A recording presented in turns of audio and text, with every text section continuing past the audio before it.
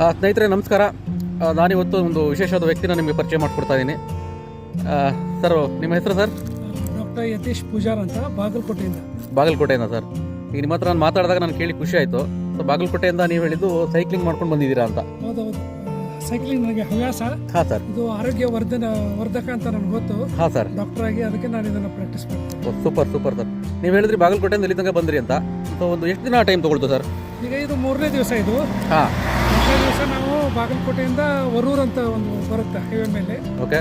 ವರೂರಿಂದ ನಿನ್ನೆ ಹುಂಚಾಕ್ಕೆ ಬಂದು ನಾವು ತಲುಪಿದ್ವಿ. ಸೂಪರ್. ಅಲ್ಲಿ ದೇವಸ್ಥಾನ ಇದೆ. ಅಲ್ಲಿ ದೇವಸ್ಥಾನದಲ್ಲಿ ಇಳ್ಕೊಂಡು ಇವತ್ತು ಮುಂಜಾನೆ ದೇವರ ನಮಸ್ಕಾರ ಮಾಡಿ ಇಲ್ಲಿ ಕುಪ್ಪಳ್ಳಿ ಕುವೆಂಪು ಅವರ ಸ್ಥಳ ಅಲ್ವಾ? ಹೌದು ಸರ್, ನಮ್ಮೂರೇ ನೋಡ್ಬೇಕಂತ ನಾನು ಬಂದೆ.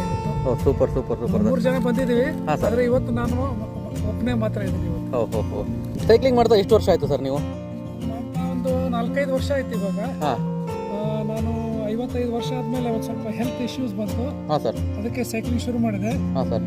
ಮೊದಲೆಲ್ಲ 10-15 ಕಿಲೋಮೀಟರ್ ಹೊಡಿತಾ ಇದ್ದೆ. ಇವಾಗ 100 ಕಿಲೋಮೀಟರ್, 150 ಹೀಗೆ ಹೊಡಿತೀವಿ. Great sir.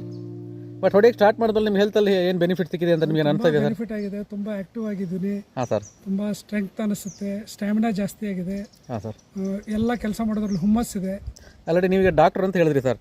ನೀವು ಡಾಕ್ಟರ್ ಅಂತ ಹೇಳಿರೋದ್ರಿಂದ ನಿಮ್ಗೊಂದು ಪ್ರಶ್ನೆ ಕೇಳ್ತೀನಿ ನಾನು.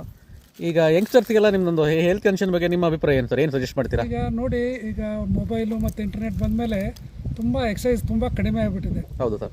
ಸೊ ಎಂಥ ಸೈಕ್ಲಿಂಗು ಆಗಲಿ, ಸ್ವಿಮ್ಮಿಂಗ್ ಆಗಲಿ, ರನ್ನಿಂಗ್ ಆಗಲಿ, ವಾಕಿಂಗ್ ಅಂದರೆ ಬ್ರಿಸ್ಕ್ ವಾಕಿಂಗ್, ಈ ಥರ ಒಂದು ಎಕ್ಸಸೈಸು ಡೈಲಿ ಅಟ್ಲೀಸ್ಟ್ 1 ಅವರ್ ಮಾಡಿದರೆ ತುಂಬ ಆರೋಗ್ಯ ಒಳ್ಳೆಯದಾಗ್ತದೆ. ನಾನು ನೋಡ್ತಾ ಇದ್ದೀನಿ ಡಾಕ್ಟ್ರಾಗಿ, ಎಷ್ಟೋ ಮಂದಿಗೆ ಶುಗರ್ ಬರ್ತಾಯಿದೆ, BP ಬರ್ತಾಯಿದೆ, ಕೊಲೆಸ್ಟ್ರಾಲ್ ಜಾಸ್ತಿ ಆಗ್ತಾಯಿದೆ. ಹೌದು ಸರ್. ಎಷ್ಟೋ ಸಣ್ಣ ವಯಸ್ಸಲ್ಲೇ ತೀರ್ಕೊಳ್ತಾ ಇದ್ದಾರೆ. ಹೌದು ಸರ್. ಹೌದು. ಇದೆಲ್ಲ ಪ್ರಿವೆಂಟ್ ಆಗುತ್ತೆ.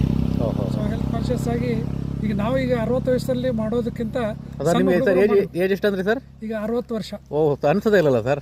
ಇನ್ನು ಹೆಂಗಾಗೆ ಇದ್ದೀರಾ ನೀವು? ಇಲ್ಲ, ಇದೆಲ್ಲ ಸೈಕ್ಲಿಂಗ್ ಪ್ರಭಾವ. ಸೂಪರ್. ಓವರಾಲ್ ಸರ್, ನೀವೀಗ ಎಲ್ಲ ಯಂಗ್ಸ್ಟರ್ಸ್ಗೂ ಎಕ್ಸಸೈಸ್ ಮಾಡಿ ಸೈಕ್ಲಿಂಗ್ ಮಾಡಿ ಅಂತ ಹೇಳ್ತಾ ಇದ್ದೀರಾ? ಮಾಡಿ ಅಂತ ಹೇಳ್ತೀನಿ. ಆಗಲಿ sir. Thank you so much. ನಿಮ್ಮನ್ನು ಭೇಟಿ ಮಾಡಿ ಭಾಳ ಖುಷಿ ಆಯಿತು. Thank you so much sir.